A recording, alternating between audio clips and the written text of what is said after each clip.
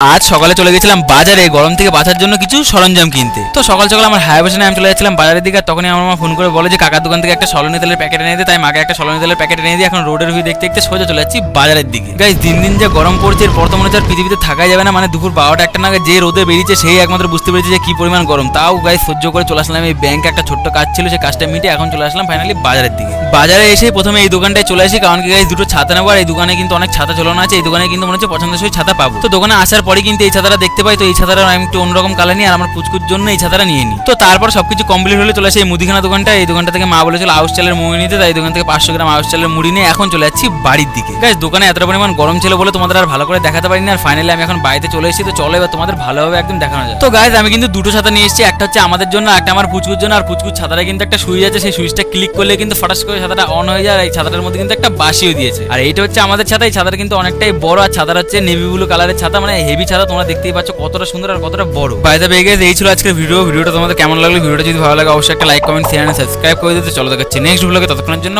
By.